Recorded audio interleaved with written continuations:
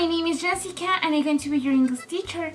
Today I'm going to explain the topic present perfect. Okay, so I will begin with present perfect form. The present perfect is formed by the subject plus have or has. Have if it is first or second person, and has if it is third person. Plus the verb in past participle, plus the complement, and it is in positive form. For example, you have seen that movie many times. Okay, you is the subject and have belongs to the subject. You are the verb in past participle of see is seen, and that movie many times is a complement. And the negative form is formed by the subject plus have or has plus note that indicates a negation plus the verb in past participle plus complement. For example, you have not seen that movie many times. You indicate a subject, have not indicates a negation, or you can be the contraction haven't, and seen is the verb for past participle of seen, and the movie many times is a complement. And finally, it is a question form. It's formed by the have. It indicates the auxiliary plus the subject plus the verb in past participle plus complement plus the question mark. For example,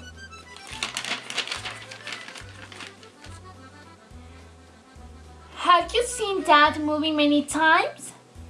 Have indicates the auxiliary, and you indicates the question no. Indicates the subject, and seen indicates the verb and past participle of seen, and that movie many times it's a complement. And finally, it is the question mark. We use the present perfect to say that an action happened at a specific time before now. The exact time isn't important. For example, I've seen that movie 20 times. That 20 times is indicating in a specific time. You can use the present perfect with a specific time expression such as yesterday, no yesterday, once a year ago, no, last week, no, when I was child, no, etc.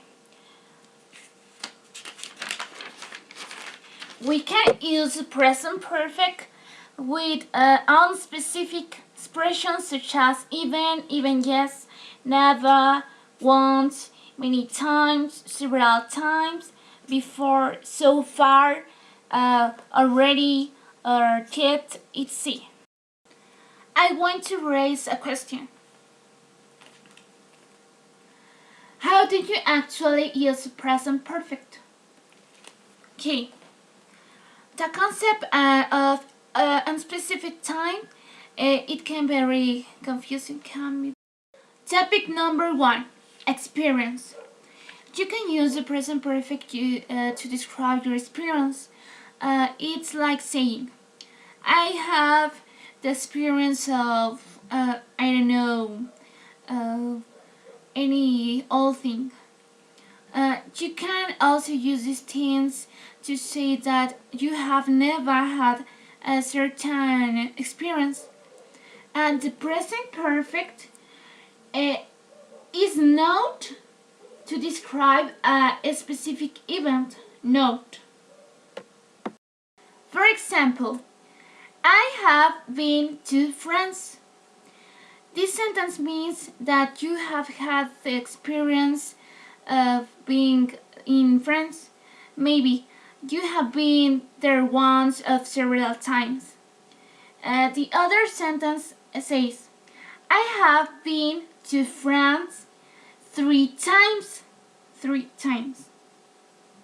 you can add the number of times at the end of the sentence. And the last sentence says, I have never been to France. This sentence means that you haven't had the experience of going to France. Topic number 2. Change over time.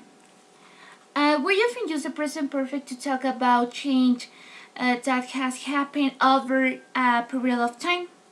For example, my English has really improved since I moved to Australia. Since I moved to Australia changes over time. Topic number 3. Accomplishments. We often use the present perfect to list the accomplishments of individuals and humanity. You can mention a specific time. For example,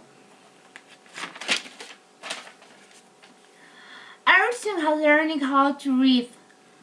Here, this sentence don't mention a specific time.